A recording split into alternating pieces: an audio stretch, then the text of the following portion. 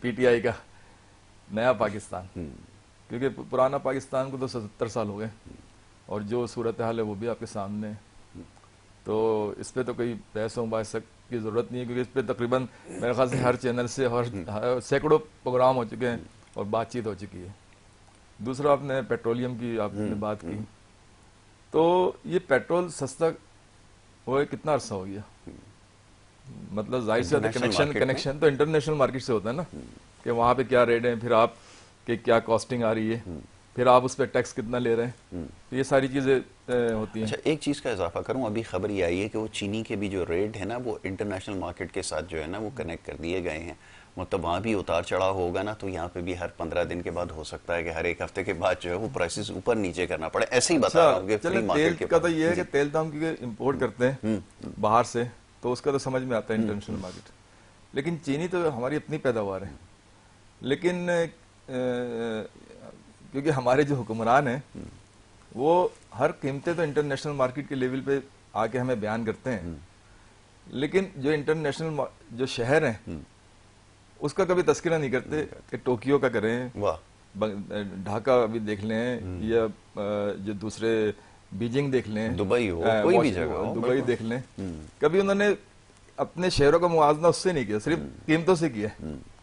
تو وہ کہتے ہیں نا، ایک ہم نے جو سبق پڑھتے تھے، اندھیری نگری چوپٹ راج، بچپن میں آپ نے پڑھا ہوگا، سنا ہوگا، پڑھا ہوگا، بالکل پڑھا۔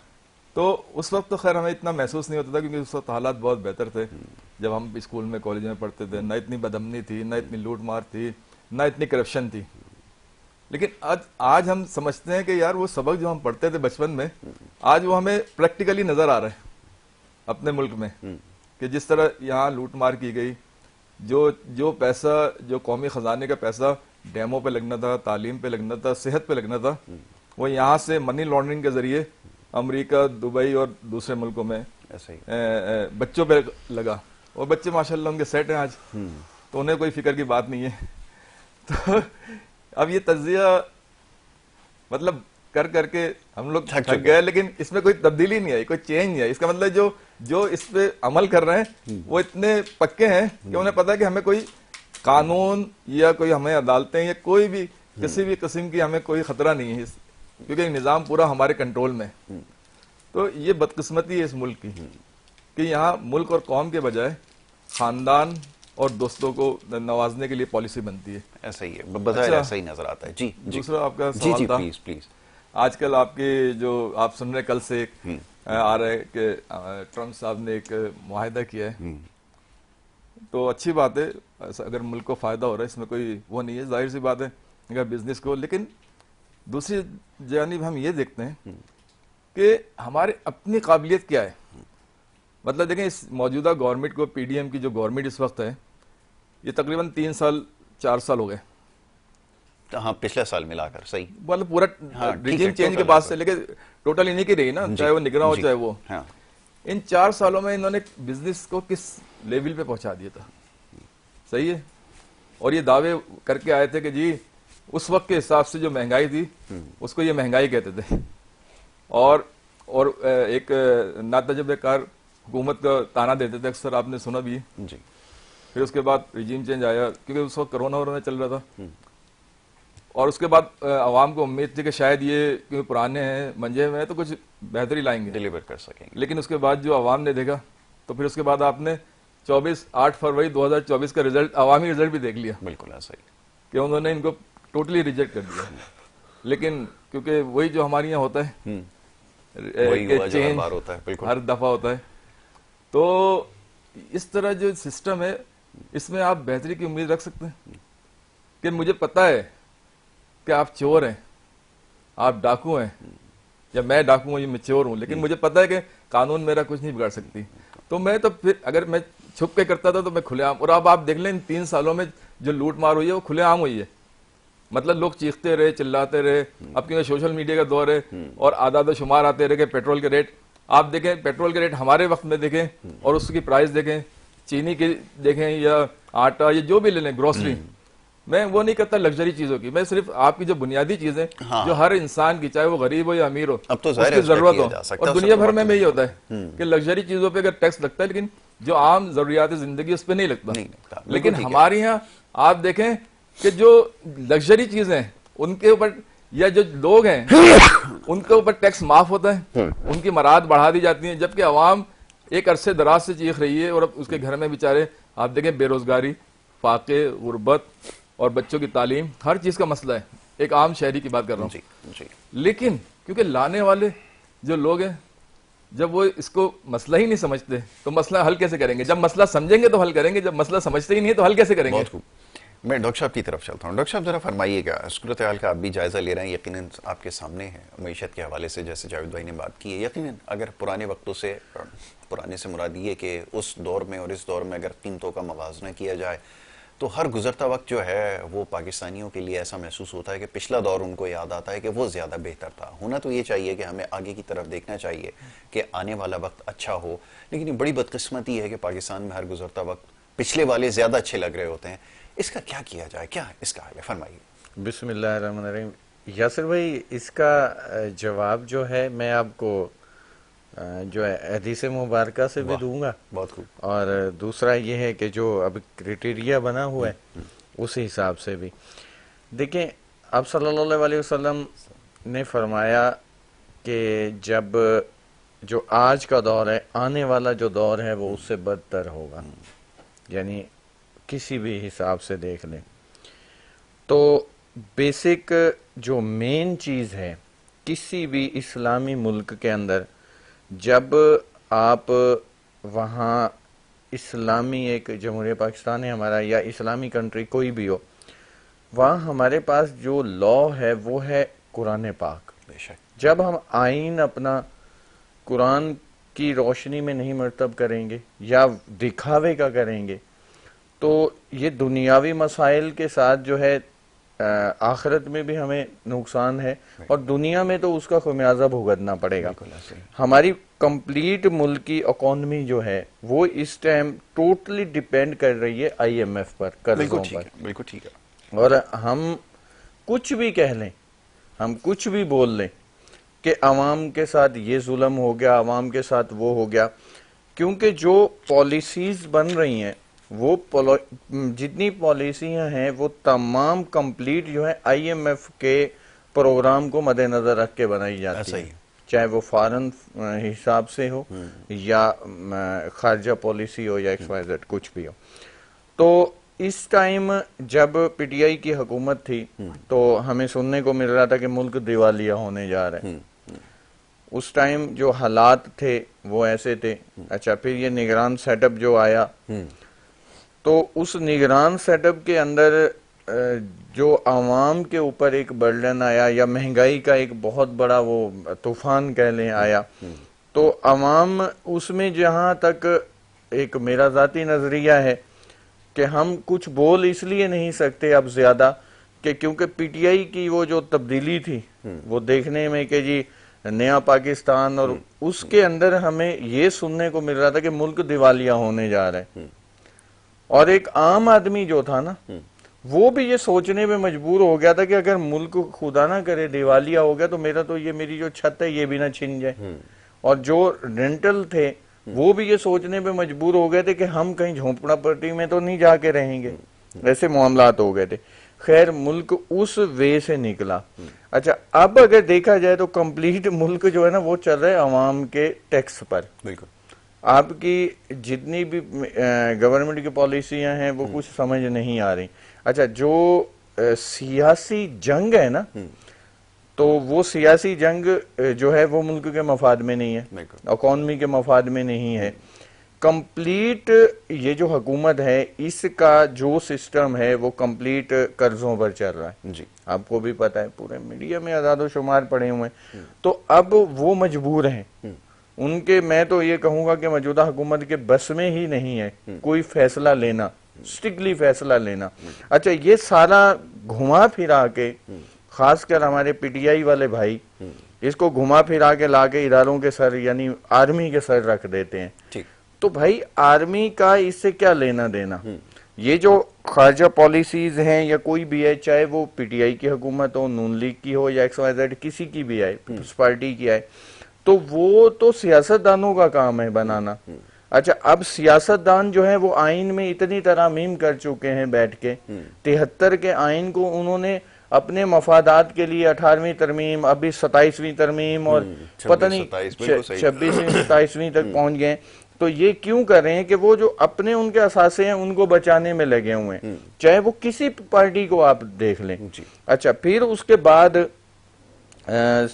عوام کی بات اگر آ جائے تو ہم کہیں کہ عوام ہماری خود ڈیوائیڈ ہو چکی ہے، متحد نہیں ہے. آج میرے سامنے ایک بیان آیا اور میں بڑے سینئر اور قابل احترام جماعت اسلامی کے امیر حافظ نعیم صاحب کا بیان میرے سامنے آیا تو میں بڑا شاکڈ ہوا. میں کہا اتنے معتبر، اتنے سلجھے ہوئے اور منجھے ہوئے سیاستدان بھی اس طرح کے بیان دے سکتے ہیں. انہوں نے کیا کہا؟ انہوں نے کہا کہ جی جب ہم میدان میں آئیں گے تو پاکستان کا نقصان ہوگا. تو بھائی آپ ابھی ماشاءاللہ کراچی بلدیات آپ کے ہاتھ میں ہے، تو آپ نے کراچی کا کیا حال کر دیا؟ گلشن اقبال سے اگر آپ گزرے نا کبھی تو آپ کو کوئی گلی کونا ایسا نہیں ملے گا کہ جہاں گٹر جو ہے نا وہ کلیئر ہوں، پورے روڈ برباد ہو گئے ہیں. اچھا اب وہ کہتے ہیں جی ان کے پیپلز پارٹی کے، ایم کیو ایم کے اور جماعت کے، اور ان تینوں میں عوام ڈیوائیڈ ہو گئی ہے. اب عوام دیکھ رہی ہے کہ بلدیات کا نظام ہی اتنا بگڑ گیا.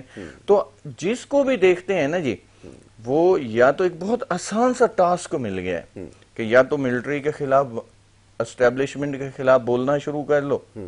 کوئی بھی ہو، جب اقتدار ہے، سیٹ پر بیٹھے ہوئے ہیں سیاستدان، کرسی ہے نیچے، تو اس ٹائم وہ جو حکومت میں بیٹھا ہے اس کو آرمی اسٹیبلشمنٹ بہت اچھی لگ رہی ہے. جیسے ہی وہ سائیڈ پہ ہوتے ہیں تو ان کو بری لگتی ہے. ابھی ہمارے پی ٹی آئی والے بھائی جو ہیں وہ اس ٹائم 9 مئی کے فیصلوں اور دیگر پہ بہت احتجاج کر رہے ہیں، لیکن 2018 میں آئے بھی تو انہی کندھوں پہ بیٹھ کے ہیں. تو دیکھیں اب معاملات یہ ہیں، ابھی یہ آئے ہوئے ہیں یا جو بھی آتا ہے، جو بھی ادارہ ہے نا، ادارہ بیسک ہے عوام کا، وہ ہے ریاست کا. ادارے کے فرد کو، چاہے وہ اس کا کوئی سربراہ ہو ادارے کا یا ایک عام سپاہی ہو، اس نے حلف ہی ایک لیا ہوا ہے کہ اگر میرا اپنا سگا ماں باپ بہن بھائی یا کوئی بھی ہوگا ریاست کے اگینسٹ جائے گا نا تو میں اس کو بھی معاف نہیں کروں گا. تو پھر وہ سیاستدانوں کو کیوں معاف کریں گے؟ تو میں شروع سے ہی کہتا ہوں ہمارے معزز محترم عزیز سیاستدانوں سے کہ بھائی اپنا قبلہ ٹھیک کر لو. اگر آپ یہ سمجھو گے نا کہ ہم اداروں کو پریشر میں لے کے اور ریاست کو نقصان پہنچا کے اور اپنی سیاست بچا جائیں گے تو بھائی آج ایک ہے، کل دوسرا، تیسرا آپ کا انجام جیل ہی ہے. اسی راستے پہ جانا ہے. ٹھیک ہے جاوید بھائی، اس میں کیا مزید اضافہ کیا جائے گا؟ ابھی ڈاکٹر صاحب نے ایک چیز کی، بلکہ بہت ساری چیزوں کی نشاندہی کی ہے. اگر ساری باتوں سے اتفاق نہ کیا جائے تو پھر بھی کچھ چیزیں ایسی ہیں جو واقعتاً غور طلب ہیں اور اس کے بارے میں ہمیں سوچنا ہوگا. اس سیاستدانوں کے رویے بھی تو تبدیل نہیں ہوئے. جیسے ڈاکٹر صاحب نے کہا کہ یہ بڑا آسان کام ہے ہمارے یہاں. اپنا فیلئر جب بھی ہم ہوتا ہے ہمارے یہاں ہمیشہ سے یہ وتیرہ رہا ہے کہ آپ کسی اگر بچے سے بھی پوچھیں گے اپنی جماعت میں کیوں فیل ہوا تو وہ آپ کو سارے ریزن دے گا کہ پنکھا نہیں چل رہا تھا، ٹیچر پیچھے بٹھا دیتا تھا، پھر وہ کہے گا میرے برابر والا بھی فیل ہوا ہے، لیکن کبھی بھی اپنی غلطی تسلیم نہیں کرے گا. سیاستدانوں نے کب یہ کیا اور کب ایسا موقع آئے گا کہ اپنی غلطیوں کے بارے میں کہیں گے کہ واقعتاً ہم سے یہ غلطی ہوئی تھی، آج ہم اس کی اصلاح کے لیے تیار ہیں؟ ہم نے تو یہ کہیں نہیں سنا. دیکھیں سیاستدان غلطی تسلیم نہیں کرے گا. اگر وہ کچھ غلط کر رہا ہے تو وہ تسلیم نہیں کرے گا. اس کو کیا سمجھا اس کے بہترین جو چیز ہوتی ہے وہ ہوتی ہے الیکشن. الیکشن میں عوامی جو ظاہر سی بات ہے ان کی جو غلطیوں کا ملبہ ہوتا ہے وہ عوام پہ ہی ڈلتا ہے نا. جو مافیاز لوٹ مار کرتے ہیں، جو بھی کچھ کرتے ہیں، وہ عوام کے وجہ سے وہ ہو جائے گا. تو وہ ووٹ سے ہوتا ہے، فیصلہ ہو جائے گا. جب آپ ووٹ کا جو فیصلہ ہوتا ہے وہ کون چینج کرتا ہے؟ بھائی ادارے چینج کرتے ہیں نا. وہ کوئی میں اور آپ تو نہیں کرتے. میں اور آپ فارم 45 لے کے نکلتے ہیں شام میں، اور جب 2 دن بعد یا 1 دن بعد رزلٹ آتا ہے فارم 47 کا، تو جو میں جیتا ہوا ہوں میں ہار جاتا ہوں اور آپ جو ہارے ہوئے وہ جیت جاتے ہیں. تو اس کا ذمہ دار کون ہے؟ جیسا بھی ہمارے ڈاکٹر صاحب نے کہا کہ سارا ملبہ ادھر ڈال دیا جاتا ہے. تو اچھا پھر دوسری بات یہ ہے کہ اگر آپ باہر بیرون ملک یورپ میں اگر جائیدادیں دیکھیں تو وہاں صرف کیا سیاستدانوں کی جائیدادیں اور کاروبار ہے؟ جو مختلف اداروں میں جو افسران ہیں، جو بیوروکریسی ہے، کیا ان کی جائیدادیں وہاں پہ نہیں ہیں؟ اب آپ نے دیکھا کہ نیب کا ایک قانون تھا کہ اگر آپ کے پاس آمدن سے زیادہ آپ کے پاس اثاثے ہیں تو آپ ان کو بتائیں گے کہ یہ کہاں سے بنائیں. صحیح ہے. اور خان صاحب کے دور میں آپ نے دیکھا تھا کہ نیب کو فری ہینڈ دیا تھا کہ جناب جو یہ کیسز چل رہے ہیں ان کو جلدی سے جلد نمٹائیں اور فیصلہ سنائیں. تو یہ کرونا کی وجہ سے کچھ تھوڑا سا ڈیلے ہو گیا تھا کیونکہ اس وقت دنیا کی اکانومی کے اوپر فوکس تھا. تو اس کے بعد یہی فیصلے آنے تھے. تو آپ نے دیکھا فیصلے نہیں آئے, ریجیم چینج آ گیا. ریجیم چینج آنے کے بعد جو حکومت آئی اس نے سب سے پہلے کون سے قاعدے قانون میں چینج کیا؟ نیب کے وہی قانون جس میں آپ کو بتانا تھا کہ یہ آمدن سے زیادہ جو اساس ہے اس کی جو ذریعہ آمدنی ہے کیا ہے. تو اس سے اب اس میں کوئی شک شبے کی گنجائش نہیں ہے. اچھا جاوید بھائی, تھوڑی سی اصلاح اس لیے ضروری ہے کہ تاکہ فیکٹ صحیح رہیں نا. یہ تو نیب کے ترامیم کے حوالے سے یہ جو بل پیش کیا گیا تھا یہ تو آپ کے دور حکومت میں لایا گیا تھا, پھر اس کے اندر جیسے آپ کہتے ہیں کچھ شکوں کو جو ہے وہ تبدیل کیا گیا تھا, مگر یہ کہ سیاستدان تو اس میں شامل رہے, کوئی ایسا شخص نہیں تھا بعد میں. اب اس کا بھی آپ اظہار کر رہے ہیں کہ واقعی کہ جو کچھ ہوتا رہا یعنی ماضی میں جو کچھ ہوتا رہا وہ صحیح نہیں تھا. ایک اور ہمارا تھا کہ ہم نے بیرون ملک جو پاکستانی تھے ان کو ووٹ کا حق دیا تھا, کیونکہ ظاہر ہے وہ بھی پاکستانی ہیں, وہ ریمیٹنس بھیجتے ہیں, ملک کو ایک سپورٹ ہوتی ہے ان سے کافی, اور آپ سے نہیں عرصے دراز سے یہ چیز. اور وہ کیونکہ ان ملکوں میں رہ رہے ہیں جہاں پہ جمہوریت بلکہ دیکھا جائے تو جمہوریت کی بنیادیں وہیں جا کے ہوتی ہیں, وہاں آپ کو بولنے کا حق ہے, سب کچھ ہے. تو آپ نے پھر وہ قانون بھی چینج کر دیا کیونکہ آپ کو ڈر تھا کہ وہ لوگ تو سمجھتے ہیں کیونکہ یہ سب جاتے تو وہیں ہیں, ان کو ان کی جائیدادوں کا بھی پتہ ہے, ان کے کاروبار کا بھی پتہ ہے, ان کے بچوں کو بھی پتہ ہے کہ بچے کہاں رہتے ہیں, کیا خرچے کرتے ہیں, کس طرح شاہانہ زندگی گزار رہے. تو آپ نے اس ڈر سے ان کا ووٹ, کیونکہ آپ کو پتا تھا کہ وہ جو ووٹ ڈالیں گے, ویسے تو کسی کے ووٹ کی کوئی اہمیت نہیں, لیکن آپ کو یہ تھا کہ وہ ووٹ ڈالیں گے, وہ سارے جو سینیریو ہے اس کو سمجھتے ہیں کہ کس طرح ملک سے پیسہ آتا ہے اور یہاں پہ کس طرح ان کے بچے رہتے ہیں, کاروبار کر رہے ہیں. ابھی آپ نے پچھلے دنوں سنا ہوگا کہ کرپٹو کرنسی میں اسحاق ڈار صاحب کے صاحبزادے کو بڑا لاس ہوا اور ٹھیک ٹھاک. تو اب نیب کے اب جب آپ نے قانون چینج کر دیے, آپ نے ان سے وہ چیزیں لے لی, تو اس کا مطلب یہ کہ آپ نظام میں بہتری نہیں چاہتے. اگر آپ بہتری چاہتے ہیں آپ بولتے ٹھیک ہے جی میرا احتساب کریں, اگر میں غلط ہوں مجھے آپ سزا دیں, ٹھیک ہے, لیکن قاعدے قانون میں چینج کرنے کا مقصد یہ تھا کہ میں اپنے آپ کو قانونی طور پہ سیو کر لوں, تحفظ فراہم کروں. اور جو جیسے ابھی بھائی نے آئینی ترامیم کا ذکر کیا, اب آپ مجھے بتائیں 26ویں آئینی ترامیم آپ کی ہوئی ہے, اس کے بعد جو رزلٹ آیا وہ بھی آپ نے دیکھ لیا, کس طرح ججوں کو سینئر کو جونیئر کے اوپر فوقیت آ گئی, یہ بھی آپ نے ابھی دیکھا. اچھا 26ویں آئینی ترمیم جب پاس ہوئی تھی تو کیا آپ کا وہ جو الیکشن کا پروسیس تھا وہ کمپلیٹ ہو گیا تھا, ریزرو سیٹوں کا پورا ہو گیا تھا, سینیٹ کا جو چیزیں تھی, جب آپ کا وہ پروسیس کمپلیٹ نہیں ہوا تو آپ نے بل کیسے پاس کر دیا؟ پہلے تو آپ جو پہلے والا پروسیس ہے اس کو کمپلیٹ کریں گے تاکہ پتہ چل جائے کہ آپ کی یہ اکثریت ہے, میری یہ, ان کی یہ, ان کی وہ ہے, کہ مقننہ پورا ہو جائے, مقننہ پورا ہو جائے. بالکل ٹھیک ہے. تو یہ سب چیزیں ظاہر کرتی ہیں کہ آپ نظام میں تبدیلی نہیں چاہتے, آپ اپنی صرف سیفٹی چاہتے ہیں. آپ اپنے جو کرمنل ریکارڈ ہے یا جو چیزیں ہیں ان کو عوام تو اب سے جانتی ہے, لیکن بیچاری عوام کیا کرے, ظاہر جو کچھ کرنا ہوتا ہے عدالتوں نے کرنا ہوتا ہے یا اسمبلیوں نے, تو وہاں پہ آپ نے آئینی ترامیم کر دی, وہاں سے بھی آپ بچ گئے. اب مجھے بتائیں پھر بس اوپر والے سے دعا ہی کی جا سکتی ہے کہ اللہ تعالیٰ اس ملک پہ اور اس قوم پہ رحم کرے. بالکل ٹھیک ہے. ڈاکٹر صاحب اب یہ تو کوئی بھی سیاسی جماعت ہو, ہم نے جتنی بھی ترامیم دیکھی ہیں, کینیڈا والے ایک بڑے مشہور ڈاکٹر ہیں, وہ اکثر یہاں آتے جاتے رہتے ہیں, گرمیوں سردیوں کی چھٹیوں میں آتے ہیں, گرمیوں میں تو نہیں آتے, مگر وہ یہ ایک بات بالکل صحیح کہا کرتے تھے کہ یہ 1 سے لے کے جو ہے وہ 140 تک جو ہے عوام کے لیے جو جس میں وہ ہیں شقیں شامل ہیں آئین کے اندر, اس کے اوپر کوئی بات نہیں کرے گا. اس کے بعد جتنی بھی اس میں شقیں موجود ہیں وہ سب ان کے تحفظ کے لیے, یہ جتنی بھی ترامیم ہوں گی صرف وہیں پر. تو یہ چکر آخر ہے کیا؟ یہ واقعتاً بات تو یہی ہے کہ جتنی بھی ترامیم ہوتی ہیں یہ اپنے مفادات کے اور اپنی جگہ کو مستحکم کرنے کے لیے, مراتوں کے لیے, یہ ساری کوششیں اس کے لیے نظر آتی ہیں. سب تو ایک پیج پر ہیں, اس میں مخالف کون ہے؟ باتیں ایک دوسرے کی مخالفت تو سارے کرتے ہیں, لیکن جب یہ ترامیم کی بات آتی ہے سارے اکٹھے ہوتے ہیں, یہ بڑی عجیب سی بات ہے. فرمائیے. دیکھیں یاسر بھائی, پچھلے کچھ ہی دن پہلے کی بات ہے جب یہ ہمارے معزز قابل احترام سیاستدانوں کی وہ سیلریز پارلیمنٹ میں انکریز ہوئی, وہ بڑھی, تو آپ نے دیکھا اس میں کوئی بھی یکجان تھے, سارے گلے مل رہے ہیں, ہاتھ ملا رہے ہیں, اور بڑا کیونکہ وہ ان کا ذاتی مفاد تھا. اچھا وہاں کوئی نہیں بول رہا تھا. اچھا لیکن جہاں عوامی مسائل ہوتے ہیں نا, تو عوام کو صرف یہ سب جو ہے نا مل کے بیوقوف بنا رہے ہیں. اچھا اب یہ تو ابھی نااہلی کا جو معاملہ چپیڑے بھی پڑ رہی ہیں، میں دیکھ رہا ہوں اب تو معاملہ زیادہ گرم ہو گیا. ابھی یہ جو آ رہے ہیں نا، دیکھیں یہ کوئی بھی ہے، چاہے وہ کوئی بھی سیاسی جماعت ہے، سیاسی جماعت جب تک اپنے مفادات کو مد نظر رکھ کے نہیں بیٹھتے، وہ ان کا اقتدار میں آنا ہی فضول سمجھتے ہیں. وہ ان کا تو مقصد ہے کمانا، بزنس بنا کے آئے ہیں، انہیں سیاست کو بزنس بنا لیا ہے اور سوچ کے آتے ہیں کہ ہمیں کس طرح سے عوام کو لوٹنا ہے. اچھا اب عوام جو ہے، اب کہتے ہیں کہ ووٹ، عوام ووٹ کس کو کاسٹ کرے. بھائی عوام کے ووٹ کی اہمیت تو ہو ہی ختم گئی ہے نا، سارا نظام ہی ختم ہو گیا. ہم یورپ کی بات کیوں کرتے ہیں؟ ہم سعودی عربیہ کی بات کیوں نہیں کرتے؟ ہم اسلامی نظام کی بات کیوں نہیں کرتے؟ ہم دین کی طرف جانے کی بات کیوں نہیں کرتے؟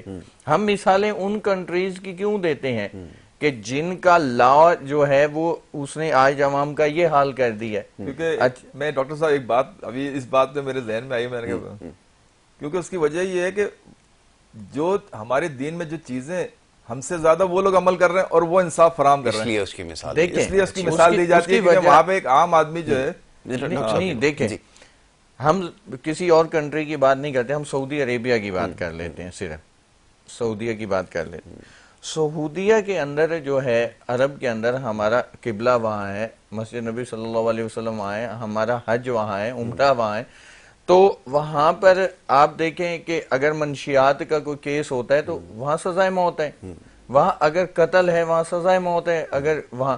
اور پاکستان اسلامی جمہوریہ ہے اور اس میں ایسا کیوں نہیں ہے؟ اس کی ریزن کیا ہے؟ اس کی ریزن یہ ہے کہ ہماری عوام خود نہیں چاہتی. دیکھیں میں عوام ہوں، میں خود عوام ہوں، میں اگر پولیٹکس میں آیا ہوں تو میرا مقصد کرسی نہیں ہے، میرا مقصد ہے عوام کو شعور دینا، ان کو سمجھانا جو میں نے تکلیف دیکھی ہے. میں یہ چاہ رہا ہوں کہ عوام ہم سب اسی تکلیف سے گزرے ہیں. میں عام بندہ ہوں، بالکل صحیح. میں خود گلی محلے میں پھرنے والا آدمی ہوں، میں لگژری لائف نہیں جیتا، تو مجھے پتہ نہیں کہ ایک عام آدمی کی لائف کیا ہے، وہ کیوں پریشان ہے. میں بیٹھ کے بڑی بڑی باتیں کیوں کروں؟ مجھے تو پتہ ہے میرا نیبر بیچارہ جو ہے وہ کس طرح اپنے بچوں کے لیے روزی روٹی کما رہا ہے، مجھے پتہ ہے وہ کس طرح چینی لا رہا ہے، اور شوگر ملز بڑے بڑے سیاستدانوں کی ہیں. تو یہ چیزیں جو ہیں، میں اوپر کی بات کیوں کروں؟ میں تو عام آدمی کی بات کروں گا نا. بالکل صحیح. اچھا ان سیاستدانوں کی طرح تو نہیں کہ سائیکل چلانے لگ جاؤ. وہ ایک پی ٹی آئی کے تھے، وہ سائیکل پر آ گئے کہ جی پیٹرول مہنگا ہو گیا ہے، یہ ہو گیا وہ ہو گیا ہے سائیکل. سیاستدان تو یہ کرے گا نا، یہ چیزیں جو ہے نا، یہ ڈرامے ہیں نا جی، چاہے وہ کوئی ہو. تو یہ ڈرامے بازیاں ختم ہونی چاہیے. آپ دیکھیں آئی ایم ایف سے سود پہ پیسے لینا، دیگر ملکوں سے لینا ادھار پہ، اور اس سے پاکستان چلانا کب تک چلے گا؟ چلے ابھی کیونکہ موسم کو وہ کہا نا انہوں نے خوش اخبار ہے، تو ایک واقعہ مجھے یاد آیا. ایک ماشاء اللہ ایڈمنسٹریٹر تھے، ایک دفعہ انہوں نے جو ہے وہ یہ فیصلہ کیا کہ سادگی کا جو ہے وہ درس دیا جائے اپنے لوگوں کو، کہ سادگی اختیار کریں. بہرحال انہوں نے صبح کے وقت جو اپنے گھر سے سائیکل نکالی اور سائیکل لے کر اپنے دفتر تک جو ہے وہ گئے، اور وہ میسیج یہ دینا تھا کہ سادگی اختیار کریں. تو خیر میں بات مختصر کرتا ہوں، 16 کروڑ روپے اس وقت کے جو ہے نا اس کے سیکیورٹی کے اوپر خرچ ہوا تھا.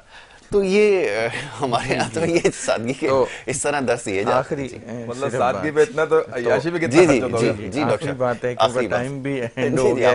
تو یاسر بھائی 9 مئی کا جو واقعہ ہے نا، آئی ایس پی آر نے واضح بتا دیا ہے، اور میں بھی اپنے معزز سیاستدان بھائیوں کو ریکویسٹن کہوں گا کہ 9 مئی کا واقعہ نا پاکستان کی تاریخ کا ایک سیاہ ترین واب ہے. اس کے اندر اگر کوئی بھی سیاسی جماعت اگر یہ سمجھتی ہے کہ وہ روڈوں پر آئے گی اور آ کے انتشار مزید پھیلائیں گے، تو مزید وہ خود دھنسیں گے ایک دلدل میں. کیونکہ ادارے جو ہے نا اس نہ تو موڈ میں ہے، نظر آ رہے ہیں نا ہمیں میڈیا سے، سوشل میڈیا سے، نہ تو وہ ریاست کے اگینسٹ کچھ برداشت کریں گے، چاہے جتنا پاورفل کوئی آ جائے، چاہے موجودہ حکومت ہو، یہ اپوزیشن میں ہو یا اپوزیشن والے ہوں. تو بہتر یہ ہے کہ یہ جو ہے نا اپنے کیے پر شرمندگی اور یہ کریں کہ بھئی معافی مانگیں اور آئندہ کے لیے ریاست کے وفادار بن جائیں، تو کوئی شاید رعایت ہو جائے، ورنہ تو انجام بہت مشکل ہے. تو بھائی اب وقت محدود ہے، میں چاہوں گا ذرا کنکلوژن کی طرف لے جائیں. اب جیسے رہائی والا معاملہ ہے، اس کے حوالے سے بھی مختلف خبریں آ رہی ہیں کہ کوئی اس کو لیڈ کرنے کے لیے باہر سے صاحبزادے جو ہیں وہ خان صاحب کے آ رہے ہیں، اور اس طرح کی دیگر باتیں بھی ہو رہی ہیں. ہے کیا واقعتاً؟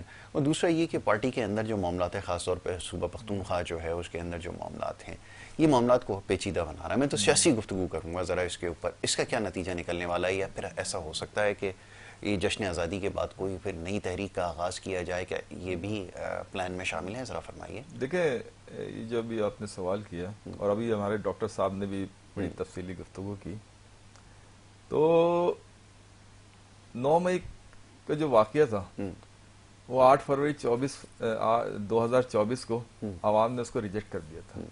جس طرح انہوں نے جس طرح رزلٹ چینج کیا گیا، کیونکہ اگر عوامی رائے پہ دیا جاتا تو اس وقت حکومت فل فلیش جو ہے وہ پی ٹی آئی کی ہوتی. اچھا، آپ سمجھتے ہیں 9 مئی کو ضائع کر دیا اس فیصلے نے جو دیکھیں آپ جو دیکھنے والے ہوتے ہیں، جو ظاہر سی بات ہے 25 کروڑ عوام نے وہ سب چیزیں دیکھی، اور اس کے جو ہمارے جو لیڈرشپ ہے اکثر وہ کہتی ہے کہ جو اس وقت کی ویڈیوز تھی، جو چیزیں تھیں، ان کو لایا جائے اور کھلی کچہری میں اس کا فیصلہ سنایا جائے.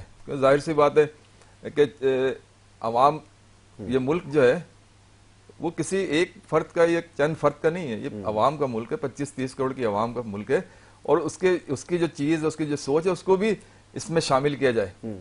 تو وہ کس طرح شامل ہوتا ہے؟ وہ الیکشن کے ذریعے، جب آپ الیکشن کرواتے ہیں. اچھا، پھر دوسری چیز ہے کہ جیسے ابھی ڈاکٹر صاحب نے کہا یہ برداشت نہیں کی جائے گا. وہ دیکھیں اس ملک میں اس وقت غربت عروج پہ، لوٹ مار عروج پہ، منشیات کا آپ دیکھتے ہیں کہ وہ ایک جو ڈاکٹر، وہ جو مولانا صاحب ہے، وہ آئے دن منشیات کے لوگوں کو پکڑتے ہیں اس شہر میں، منشیات عروج پہ. یہ کس کی ذمہ داری ہے؟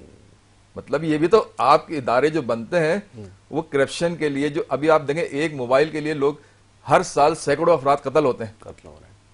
اس کے اوپر بھی آپ فوکس کریں. آپ صرف ایک واقعہ، کیونکہ آپ کا مقصد اگر پارٹی کو ابھی آپ دیکھ لیں کہ اپوزیشن کون ہے، صرف ایک پارٹی کر رہی ہے اسمبلی، باقی تو ساری حکومت میں تقریباً. آپ نہیں چاہتے کہ حکومت میں مطلب اسمبلی میں یا اسمبلی سے باہر کوئی اپوزیشن کرے، کوئی ہمارے جو فیصلے ہیں اس کے خلاف چلے. تو یہ تو ڈکٹیٹرشپ ہوتی ہے، یہ جمہوریت تو ہوتی نہیں ہے. بالکل ٹھیک ہے. آپ اپوزیشن کو دیوار سے لگانے کے لیے یہ ساری چیزیں جو کر رہے ہیں، تو ظاہر سی بات ہے پھر وہی جو میں نے کہا کہ اچھا، پھر اکثر و بیشتر کہا جاتا ہے عوام عوام عوام. میں نہیں سمجھتا عوام، دیکھیں عوام جو فیصلہ دیتی ہے اس کو تو آپ مانتے ہی نہیں ہیں. ٹھیک. تو اس وجہ سے عوام کو تو ذمہ دار ہو ہی نہیں سکتی. ذمہ دار وہ ہیں جو فیصلے کرتے ہیں. آج ملک جس حالت میں پہنچا ہے اور جس طرح اس کی قومی تباہ ہوئی ہے، اس میں عوام ذمہ دار، میں عوام کو ذمہ دار نہیں سمجھتا. بہت شکریہ ڈاکٹر شبیر احمد، آپ کا بہت شکریہ. جاوید صدیقی آپ کا بہت شکریہ. دونوں معزز مہمانوں کا یہاں پر آئے، ملک کی سیاسی صورتحال کے حوالے سے گفتگو کی. وقت ہو رہا ہے بریک کا. بریک کے بعد دوسرے سیگمنٹ کی طرف بڑھنا ہوگا. آپ دیکھتے رہیے ہمارا پروگرام.